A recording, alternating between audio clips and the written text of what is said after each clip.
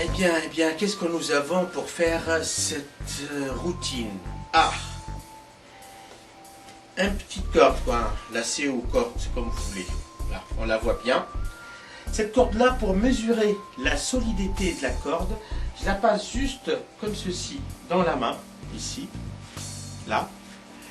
Je passe dans la main ici, je fais traverser juste le petit bout ici entre l'index et le majeur ici, et l'autre bout entre l'annulaire et le majeur, de ce qui fait que elle reste coincée avec le majeur. On va bloquer ici, là, on bloque ici, et attention, on met le pouce ici et on tire et ça traverse sans se casser. Bien, ça veut dire que une corde bien solide. Bien, logiquement, quand on a un anneau ici, anneau dans la main ici, et une corde, pour faire rentrer l'anneau dans la corde, soit on passe par là, soit par là, mais on peut jamais passer par l'intérieur, comme ça, pour le faire passer la corde dans l'anneau, hein, je rappelle. En fait, alors c'est très simple. Moi j'ai une petite méthode, hein, méthode de magicien bien sûr. Alors, il suffit on a l'anneau ici, la corde ici, hein, de plier la corde ici, comme en deux, là. On fait passer l'anneau dans la petite boucle ici. On refait le tout comme ceci. On refait une petite boucle juste à côté. Là, on fait une petite boucle juste à côté. Ici.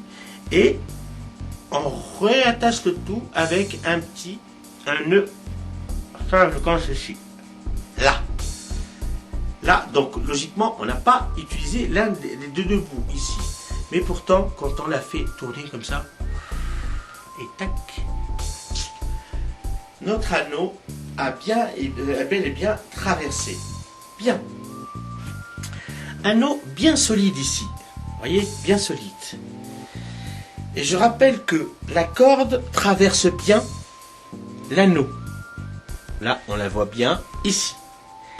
Alors, il suffit de tenir les deux comme ceci. Je montre bien, hein, que l'anneau est bien dedans, bien enclavé. Pourtant, si je tire 1, 2 et 3, et là, il se dégage. Et la corde est toujours bien solide. Peut-être vous n'avez pas bien vu, hein. Alors, regardez bien là. Le bout de la corde ici, je fais passer carrément l'anneau. Et là, hop, ici je soulève comme ça. Je montre bien que le tout ici, que notre anneau, voilà, hop, que notre anneau est bien traversé par la corde. Et là, il suffit juste de tirer, abracadabra, et hop.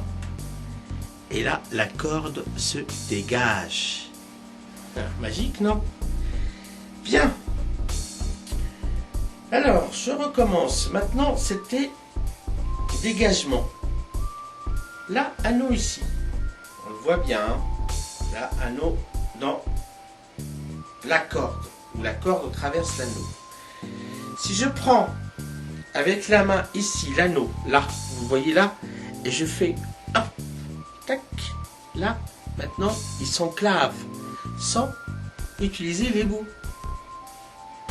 Je répète une deuxième fois.